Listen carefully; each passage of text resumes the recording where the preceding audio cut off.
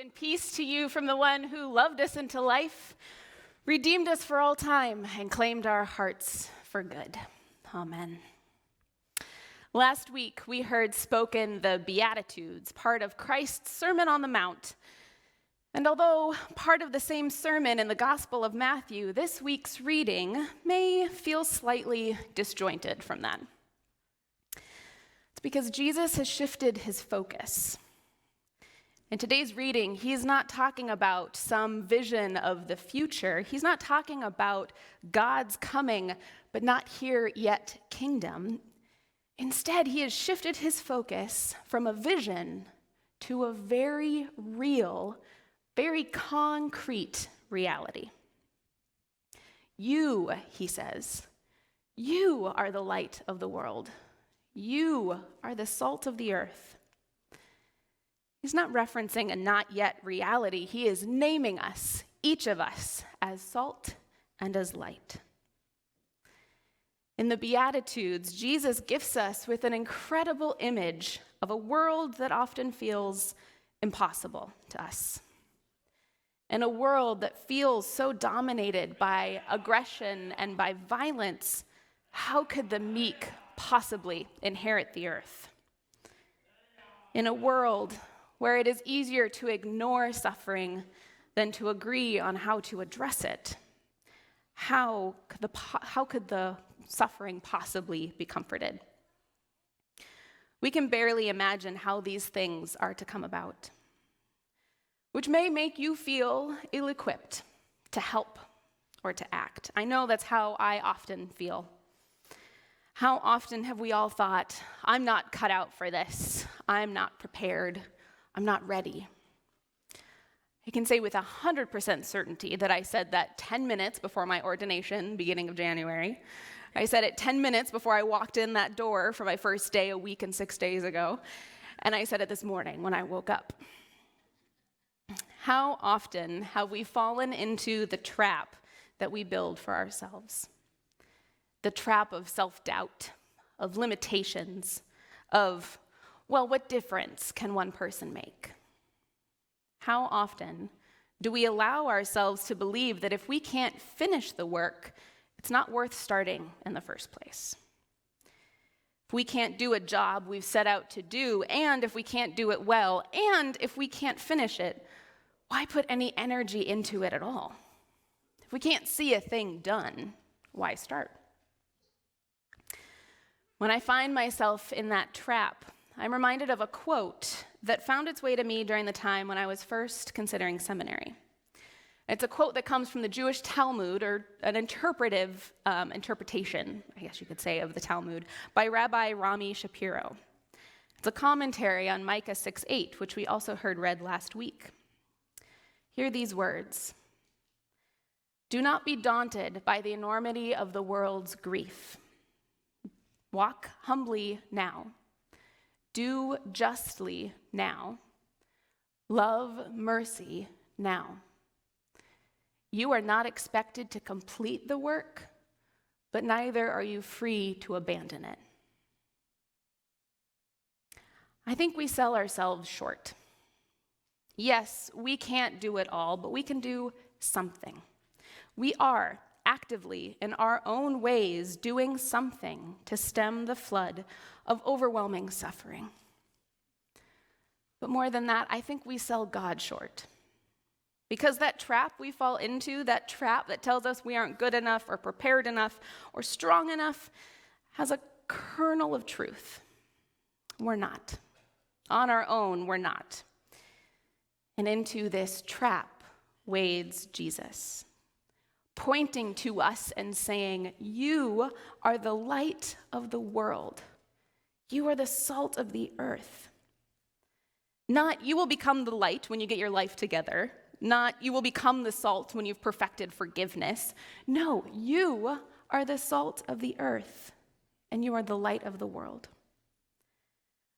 God calls us to the constant hard work of pushing ourselves to grow more, love more, serve more, seek justice more. And we listen to that call because it is exactly the purpose God created us for. Just like salt and light, we were created with a purpose. Now, I don't want us to mistake Jesus here when he says that salt that has lost its flavor is good for nothing. He's not threatening us with a saltless life. He's not saying that if we lose touch with our saltiness, that we'll lose our essence of life. What he is saying is that salt without its taste has lost its purpose. That a light or a city on the hill that is hidden has lost its purpose.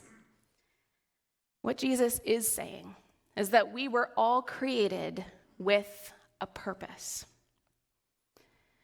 And I want you to hear these next words really carefully. This passage isn't a condemnation. It is a commissioning. I'm going to say it one more time because this is important. This is not condemnation. It is commissioning. We who are salt, who are light, were created with gifts and talents and passions and hearts and voices specifically to serve our purpose in this life. We were created to be God's light in the world.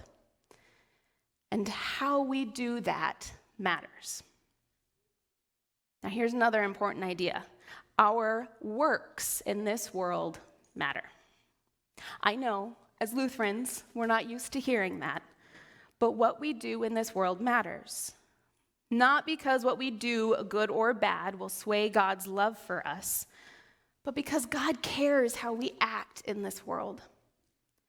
Just look at our reading from Isaiah this morning. God, through the prophet, is chastising the Israelites, telling them that their rituals have missed the mark. You serve your own interests, says God. How easily could we also be chastised? How often have we as a society, have we as a church, have we as individuals missed the mark? We just heard last week the vision of God's coming kingdom. Now, equipped with that knowledge, we are sent into a broken world. But we are not sent as spectators to this world. We are sent as actors. As the Reverend Dr. Caroline Lewis, who's a professor of preaching at Luther Seminary, puts it, knowledge without action impedes the coming kingdom. She writes, it is knowledge without action that perpetuates the existence of racism in our world. It is knowledge without action that contributes to our silence about sexism. It is knowledge without action that continues to oppress the poor, to ostracize the marginalized, to overlook the hungry. End quote. Heavy words. But like I said, this is not a condemnation, it is a commissioning. So don't just hear these words, live them. Use this knowledge and act on it. Just as Pastor John blessed us last week with the beautiful Franciscan blessing, may God bless us with enough foolishness to believe that we can make a difference in this world, so that we can do what others claim cannot be done. This year, the ELCA celebrates the 50th anniversary of Lutherans ordaining women in America, the 40th anniversary of the first woman of color being ordained, and the 10-year anniversary of the ELCA removing barriers to LGBTQIA folks from serving openly in parish ministry. Talk about 3 moments in our history when we let our light so shine before others that it spread hope and life in the world and so glorified God in heaven. I and so many others may not have become pastors if not for the bravery and the light shown by the Reverend Elizabeth Platts 50 years ago. So many phenomenal pastors may not have become pastors without the bravery and the light shown by the Reverend Earlene Miller 40 years ago.